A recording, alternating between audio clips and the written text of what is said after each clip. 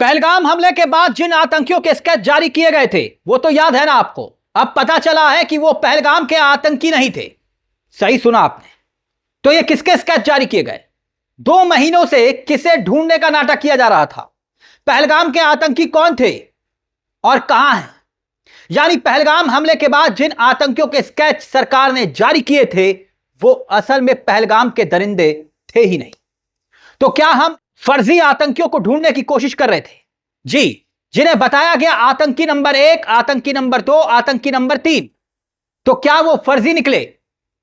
ये तस्वीरें याद है ना आपको? मोदी सरकार ने जिन्हें पहलगाम का गुनहगार बताकर आतंकियों की तस्वीर जारी की थी वो अब पता चल रहा है कि वो फर्जी थे। ये हम नहीं कह रहे ना, हम नहीं कह रहे।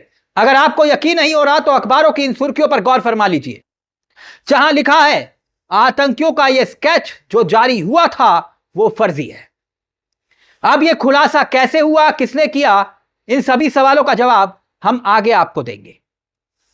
ध्यान से सुनिएगा, क्योंकि यह मसला आतंकी हमले तक सीमित नहीं रह गया। तो जो आतंकी हमला हुआ है उसकी प्लानिंग से भी अब राज उठ गया है। मगर यह हैरान करने वाली जो खबर आ रही है ना दोस्तों, स्केच ही गलत निकला। यानी लोग नाराज हैं। अभी तक पहलगाम का एक भी आतंकी नहीं पकड़ा गया, सवाल पूछा जा रहा है और अब यह पता चल रहा है कि गलत आतंकियों का स्केच जारी कर दिया गया और अभी तक मूर्ख बनाया गया था क्या? अब सवाल खड़े हो रहे हैं कि क्या वजह रही होगी कि गलत स्केच जारी करने के पीछे? क्या सिर्फ मीडिया और प्रचार के सहारे इज्जत बचाए रखने की एक कोशिश का यह हिस्सा था कि भाई हमने स्केच जारी किए, देखिए यही आतंकी नंबर 1, 2, 3? क्या यह सवाल नहीं उठता कि हमारे इंटेलिजेंस का फेलियर था या फिर कहीं कोई ऐसा पॉलिटिकल दबाव की वजह तो नहीं थी कि पहलगाम आतंकियों का गलत स्केच जारी करना पड़ा? क्या यह सवाल नहीं उठता कि यह महज लापरवाही है या फिर कुछ छिपाया जा रहा है? अब यह खुलासा कैसे हुआ, यह फर्जी स्केच की बात कहां से आई, उस पर हम आए। मगर उससे पहले याद कीजिए दोस्तों, हमारे देश के होनहार विदेश मंत्री एस जयशंकर, उन्होंने एक दावा किया था और दावा पता मालूम कहां पर? एक अंतरराष्ट्रीय चैनल पर। अंतरराष्ट्रीय चैनल को एक इंटरव्यू दिया और दावा यह था कि हमने आतंकियों की पहचान कर ली है। तो अब इसका मतलब यह हुआ कि क्या विदेश मंत्री का दावा झूठा था, वो गलत साबित हुआ, यानी सुरक्षा में चूक हुई? फिर भी कोई जवाबदेही नहीं, स्केच नकली निकले, कोई जिम्मेदारी नहीं। फर्जी स्केच जारी हुआ तो जवाबदेही और जिम्मेदारी किसकी? 22 मई को एस जयशंकर ने दोस्तों कहा था कि सरकार ने आतंकियों की पहचान कर ली है। अब 2 जून को एनआईए ने खुलासा किया कि जम्मू कश्मीर पुलिस द्वारा जारी किए गए स्केच फर्जी थे। 26 लोगों की जान का मजाक बना दिया गया। सवाल नहीं बनेंगे क्या? यह शर्मनाक नहीं है क्या? तो चलिए आप समझिए कि आखिरकार यह खुलासा हुआ तो हुआ कैसे। आप जानते हैं कि हमले के बाद जम्मू कश्मीर पुलिस ने जिन 3 संदिग्धों का स्केच जारी किया, हाशिम मूसा, अली भाई उर्फ तलहा और आदिल हुसैन, इनके स्केच जारी होते हैं। असल हमलावरों में से एक की पहचान सुलेमान शाह के रूप में होती है, जो पहले भी एक सुरंग में हमला करके 7 मजदूरों की जान ले चुका था। यही उसके एक साथी की मौत हो चुकी है। एनआईए को सुलेमान शाह के फोन से कुछ तस्वीरें मिलती हैं जिसका इस्तेमाल असली हमलावरों की पहचान के लिए किया गया। दरअसल यह खुलासा 2 स्थानीय कश्मीरी नागरिकों परवेज अहमद और बशीर अहमद की गिरफ्तारी के बाद होता है। इन दोनों की गिरफ्तारी, एक परवेज और एक बशीर, और इन पर आरोप है कि इन्होंने ही आतंकियों को पनाह दी, अपने घर पर पनाह दी, खाना खिलाया और बाकी जरूरी मदद भी की। एनआईए की जांच होती है और एनआईए की जांच में यह पता चलता है कि 20 अप्रैल की रात तीनों आतंकी इन दोनों के घर पर पहुंचे थे। और फिर होता यह है दोस्तों कि एनआईए और दूसरी केंद्रीय जांच एजेंसियों ने जब गिरफ्तार परवेज और बशीर को तस्वीरें दिखाई, तब उसके बाद यह खुलासा और पता चला कि जो आतंकी हैं वो आतंकी कोई और थे।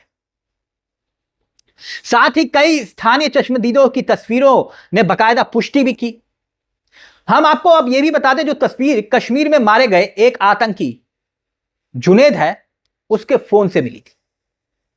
यानी जिनके स्केच जारी करके तीनों दहशतगर्द जिन्हें बताया गया, जिन्होंने पर्यटक को चुन चुन कर पहचान कर गोलियां मारी, उनकी जान ली और फिर पास के पहाड़ी जंगल में जाकर छिप गए। यही दावा किया गया था कि पास के पहाड़ी जंगल में जाकर छिप गए। और दावा यह है कि जिस बेसरान के जंगल में वो दहशतगर्द गए थे, वहां सर्च ऑपरेशन चला, पहाड़ी जंगलों का चप्पा चप्पा खंगाला गया, मगर वो कहां गए ये कोई नहीं जानता। वो दहशतगर्द कहां छिपे हैं कोई नहीं जानता। मगर अब पता चला है कि ये स्केच जो जारी किए थे वो फर्जी निकले। तो क्या ये सब कुछ सरकार के हेडलाइन मैनेजमेंट के तहत एक हिस्सा था? क्या ये संदेह पैदा नहीं होता, ताकि ये दिखाया जा सके कि सरकार इस मामले को लेकर कितनी गंभीर है, किस तेजी से कार्रवाई कर रही है, ताकि सवाल गुम हो जाए। यह भी सवाल है कि क्या पुलिस पर किसी तरह का कोई ऊपरी दबाव था जिसने बिना जांच किए इन स्केचों को जारी कर दिया, सार्वजनिक कर दिया। इस स्केच को जारी करने से आतंकियों की पहचान तो नहीं हो पाई, बल्कि जनता के बीच भ्रम फैल गया। 2 महीने से ज्यादा का वक्त बीत चुका है दोस्तों, लेकिन पहलगाम हमले में शामिल आतंकियों का कोई ठोस पता नहीं चल पाया है। देश अब यह सवाल कर रहा है कि जिन आतंकियों को हम ढूंढ रहे थे वो आतंकी फिर थे कौन? इन आतंकियों का हुआ क्या? वो कहां छिपे हैं? और उन्हें पकड़ने के लिए मोदी सरकार ने अब तक क्या क्या कदम उठाए? क्या मोदी सरकार ने अपनी कार्रवाई को दिखाने के लिए कि हम कितने तेजी से काम कर रहे हैं, सिर्फ स्केच जारी किए, बजाय इस बात की जांच करने के लिए कि सही तरीके से कि भाई ये स्केच सही है या नहीं? मगर हकीकत यह है कि सिर्फ प्रचार होता है, ऑपरेशन सिंदूर, और प्रचार यह होता है कि बीजेपी के राज में आतंकी हमले नहीं होते। यही प्रचार होता है ना दोस्तों कि बीजेपी के राज होता है तो आतंकी हमले नहीं होते। तो ये उरी का जो हमला हुआ था वो किसके राज में हुआ था? अमरनाथ श्रद्धालुओं पर हमला हुआ था, वो किसके राज में हुआ था? पार्लियामेंट पर आतंकी हमला हुआ तो क्या बीजेपी की सरकार नहीं थी? अक्षरधाम पर हमला हुआ तो किसकी सरकार थी?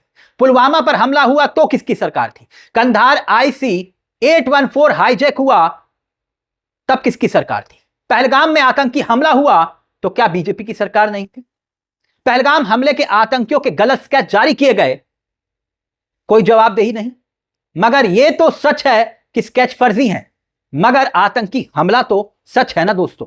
ऐसे में हालात यह है कि आतंकियों को पकड़ना तो दूर, स्केच तक अगर गलत बन रहे हैं तो यह सच में बेहद शर्मनाक बात नहीं है तो क्या है? तो क्या यह बताएंगे ऑपरेशन सिंदूर का डंका बजाने वाले डंकावीर, डंकापति, कि पहलगाम आतंकी हमले में जिन आतंकियों के स्केच जारी हुए उनमें से एक भी आतंकी हमले में शामिल नहीं है, तो फिर असली आतंकी गए तो गए कहां?